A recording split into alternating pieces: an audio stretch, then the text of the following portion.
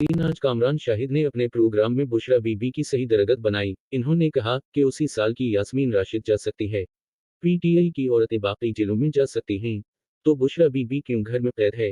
इसको क्यों नहीं जेल में डाला गया? नाज़रीन, प्रोग्राम जारी था तो बुशरा बीबी ने इरशाद भट्टी को मोबाइल पे मैसेज भी किया और क्या कहा। ये बड़ी है तशवीशनाक बात। अब मैं इसके आगे क्या कहूँ? शायद हो सकता है भट्टी साहब मेरी मदद कर दें और आज मेरी दिल जमई से जो प्यार करते हैं उसका सिला दे दें और बता दें कि स्पेस खाली कराई गई तो उसकी भी अब कुछ तरतीब बनी है। और ये भी हर एक को पता है कि रेहम खान से तलाक जो है हुई, वो बुशरा बीबी ने बताया कि किस तरीके से आपके ऊपर जो आसेब का साया है और रेहम खान से जान छुड़ाना, और ये सिलसिला नियाबत 2015 से शुरू हुआ होगा। तो मेरे नज़दीक तो वो स्पेस जो रेहम खान ने खाली की है वो बुशरा बीबी ने भर दी है।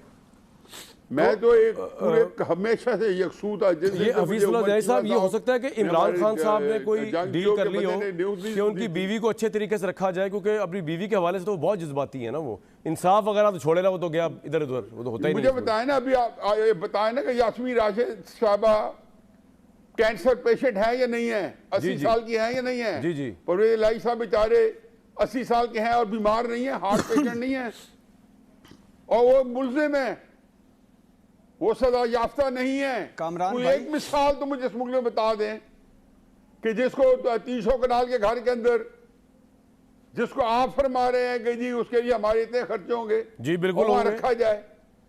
ये तो जो लोग कानून की पाकिस्तान में तस्दीक करना चाहते हैं, पाकिस्तान के निज़ाम की तस्दीक करना पसंद फरमाते हैं, और इसके लिए उनको कोई फर्क नहीं पड़ता, तो उन्हें कर आपका पॉइंट आ गया। मेरा ख्याल है इसके लिए तो बड़ा वो कहते हैं कामरान भाई, आपको चीख चाहिए, आपको हिम्मत चाहिए इस तरह के काम करने की। बिल्कुल ठीक है। मैंने जाना अफरान साहब के पास था, लेकिन भट्टी साहब मैं आपको 30 सेकंड दूंगा। इससे पहले न्यायी साहब ने भी जो रेहम खान साहब के मुतालिक बात की MI6 के हवाले से जनरल हमीद साहब को लेकर, ये इल्जाम है, ये फैक्ट नहीं है, तो ऑब्वियसली, और इस पर अगर रेहम खान साहब हमारे प्रोग्राम में आके इस पॉइंट ऑफ व्यू देना चाहें तो मोस्ट वेलकम। अच्छा, ये इल्जाम है, ये कोई फैक्ट नहीं सर, मैं आपको नहीं कह रहा, आपने हमीद साहब की बात की, मैं अपनी जर्नलिस्टिक जिम्मेदारी पूरी कर रहा हूं सर। ये कोई इल्जाम नहीं लगा, ये कन्वर्सेशन बताइए। मैं कह रहा हूं कि इवन हमीद गुल साहब ने भी जो कहा है वो कोई कुरान की आयत तो नहीं है, उनकी बड़ी रिस्पेक्ट करते हैं, बस उन्होंने कहा तो हमने ये कहा कि इल्जाम है। मैं ये कह रहा हूं कि उनके इल्म में, और ये मैंने एक बसबीले तस्करा बात की है। बिल्कुल ठीक है, ठीक है। नहीं सर, मैं अपनी जिम्मेदारी पूरी साहब, मैं आपको वो नहीं कर रहा, आपने बिल्कुल सही बात सुना होगा हमीद गुल साहब से, मैं अपनी जिम्मेदारी पूरी कर रहा हूं सर। क्विकली भट्टी साहब, मैं इसको बताया, मैं कहीं और पहुंचना चाहता था। जी बताएं, आप पहुंच गए होंगे, आप बताएं। हाँ जी, मैं पहुंच गया। आप इससे आगे मैं पहुंचना नहीं चाह रहा, इससे आगे मैं पहुंचना नहीं चाह रहा जहां पहुंचाना चाह रहे हैं, ठीक है ना सर।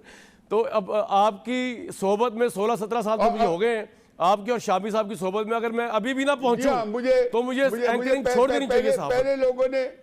पहले मुझे लोगों ने लाइव प्रोग्राम में लेना बंद किया हुआ है। बस सर, मैं चाहता हूं कि आप ना जाएं, मेरे पास आपको भी आ जाएगा नोटिस, भले आपका रिपोर्ट कार्ड बंद हो जाए, सारे चैनल बंद हो जाए, मेरे पास आते रहे आप लाइव शो में, मेरी तो ये ख्वाहिश है। अब आगे चलते हैं सर। भट्टी साहब, आई एम ग्रेटफुल। भट्टी साहब 30 सेकंड कुछ कहना है आपने सर। अच्छा, एक वादा करें। जी न्यायी साहब, we live together, we'll die together। Ji, we'll live together न्यायी साहब, and we'll die together। वैसे भी न्यायियों से बड़ी मोहब्बत है। we'll sing together, sorry not die, we'll sing together। Ji sir, बिल्कुल सर, डन हो गया सर। न्यायियों से बड़ी मोहब्बत है जब तक वो फौज से फंडा ना लें। जी आगे चलें जी, भट्टी साहब क्विकली। ग्रेट कामरान। जी भट्टी साहब, मुझे भी नौकरी दिला दो यार। सर भट्टी साहब, मुझे भी नौकरी दिलवा दो। आप भट्टी साहब से राब्ता करें, हमारे गुरु तो वही है इस काम में। जी भट्टी साहब बोले ना, आप मुझे नौकरी दिलवा के रहेंगे। अब मेरे पास मैंने कोई ऐसा काम नहीं किया। अच्छा, मेरी एक बात सुन ले जी sir, on a lighter note, क्योंकि मेरे बेटा बैठे अफवान, मेरी बात सुन ले जी। मैंने आज तक कोई ऐसा काम नहीं किया जहां मेरी पेंशन लग सके। तो मेरे में अब हिम्मत नहीं कमाने की, तो कोई ऐसा मैं नौकरी ले दे सब्स्टिट्यूट हो सके। न्यायी साहब, आपसे सब लोग प्यार करते हैं, ले दे, आप सब लोग प्यार करते हैं, और आपको हैरानगी होगी जान के कि एस्टेब्लिशमेंट भी प्यार करती है। अब इसको चैलेंज ना कीजिएगा, आगे चलते हैं। जी भट्टी साहब, कंटिन्यू करें सर। प्यार मोहब्बत है जी सर। मैं आपको ओरिजिनल फीडबैक बता रहा हूँ। जी भट्टी साहब बोले सर, बोले। भट्टी मेरे भाई बोलो क्या बोल। अच्छा भाईजान, एक तो ये है कि आज भी पॉसिबल है और सुबह में भी, अगर आज ना हुआ तो सुबह है, वरना किस सज़ाओं की आज हैट्रिक भी हो सकती है। गैर शरई निकाह वाला चल रहा है और पिछले 12 घंटों से समाज जारी है। मैं तो इंतजार कर रहा हूँ।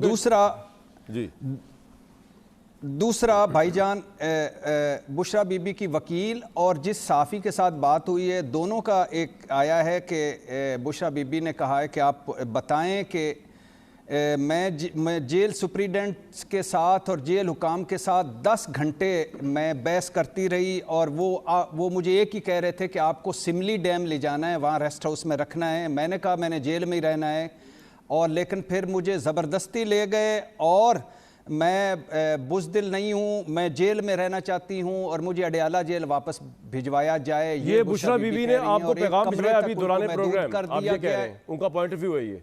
हाँ जी। और माशाल्लाह, यानी टीवी की सहूलत है उनको, दुनिया न्यूज़ देख रही है वहाँ पे। चलो अच्छी बात है जी, देखें आप, अल्लाह ये सहूलत हर कैदी को दे। मैं तो ये कहता हूँ आपकी मिराद नहीं छीनते, चलो जी इस तरह कह लेते, बाकियों को इतनी मिराद मिल जाए जितनी आपको मिली है जी। भट्टी साहब एक कहती हैं कि बनी गाला में मुझे एक मेरा बेडरूम है, उसके अलावा मेरे पास कुछ भी नहीं है, तो लेकिन मैं अडयाला जेल में रहना चाहती हूँ। ये उनकी वकील और जिस साफ़ी से उनकी गुफ्तगू हुई है उसका बिल्कुल जी वर्जन आ गया, वल्लाह आलम बिल्कुल सर, पॉइंट आ गया।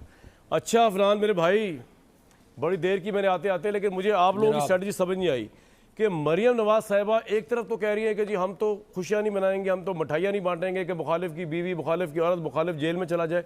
दूसरी तरफ जो आज उन्होंने फरमाया है, पहले आप जरा वो सुन लें, सुनवाएं जी जरा।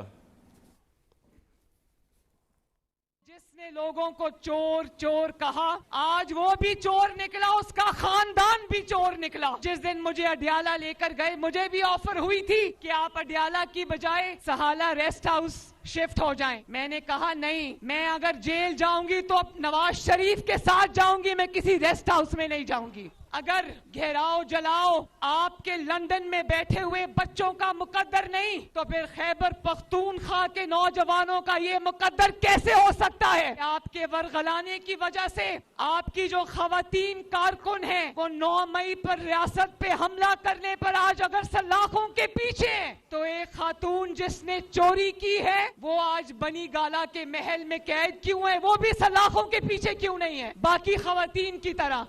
जी अफरान भाई, ये कॉल फेल का तजाद है। एक तरफ आप ये कह रहे हैं कि जी बड़ी आपको परेशानी होती है, अफसोस होता है कि जी लोग मुखालफिन की औरतें जेल जाए, दूसरी तरफ आप कह रहे हैं कि क्यों गई हैं वो बनी गाला। जी बिस्मिल्लाहिर्रहमानिर्रहीम। देखें, जो बात आप कर रहे थे और भट्टी साहब कर रहे थे और न्याजी साहब कर रहे थे, वही बात जो है वो मरीम नवाज साहिबा ने की है कि अगर बाकी जो कारकुन हैं PTI के वो भी जेलों में हैं तो फिर उनको भी जेल में ही होना चाहिए। ये हमें कोई खुशी नहीं है, ये भी मैं आपको बता दूं। हमें ये जो है जेल जाना, औरतों का जेल जाना उससे भी ज़्यादा बुरा है, और ना ये हमारी रवायात और ना हमारे दीन में इस तरह की बातें। लेकिन अब ये एक चल रहा है मामला, तो ज़ाहिर है उसको करना है। हम ये समझते हैं कि जो बाकी कारकुन है PTI के, अगर वो जेल जा सकते हैं, मरियम नवाज साहिबा जो है वो PMLN की तरफ से जेल गई और बड़ी मुश्किल जेल काटी उन्होंने, और उसके बाद जो है उससे पहले अगर आप हिस्ट्री में चली जाएँ तो बेनज़ीर भुट्टो साहिबा ने जेल काटी।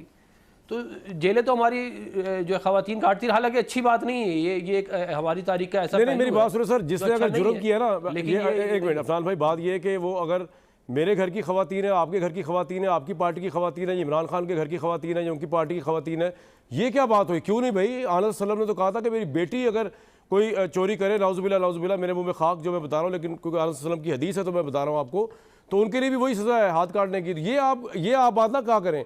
अगर मरियम नवाज साहिबा ने चोरी की होती है, चोरी की है तो उनको जेल में जाना है। अगर बुशरा बीबी ने कोई चोरी गलत की तो उनको जेल में जाना है। ये पॉलिटिशियंस के लिए कोई अलग असूल नहीं बन सकता शरीयत का। ये आप अपने पास से ना 1.5 की मस्जिद पॉलिटिशियंस बना लिया करें इस मुल्क में। वीडियो रिकॉर्ड मैं सिर्फ ये कह रहा था कि जो मरियम नवाज साहिबा का केस था वो तो प्रूव नहीं हुआ ना।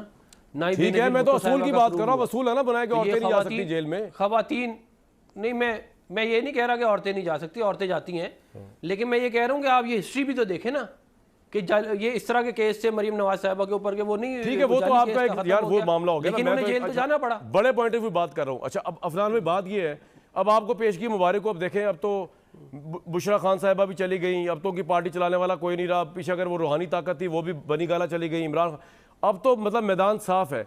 ये इलेक्शन जीतने के बाद भी, और आपको अगर लगा कल इमरान खान बाहर आ जाएगा, वो सबसे पहले तो उस इलेक्शन को चैलेंज कर देगा। आपकी गवर्नमेंट बन भी गई तो उसने फिर धरने को निकल जाना है, तो आप फिर भी सेटिस्फाइड है कि यू विल मैनेज इट, संभाल लेंगे आप सारा कुछ। 2014 में हमने 2013 से 2018 जो है इनकी ये धरने जो है उनको मैनेज किया था, तो हमने पहले भी कर लिया था, हम दोबारा भी कर लेंगे। लेकिन ये जो है ये मामला हमें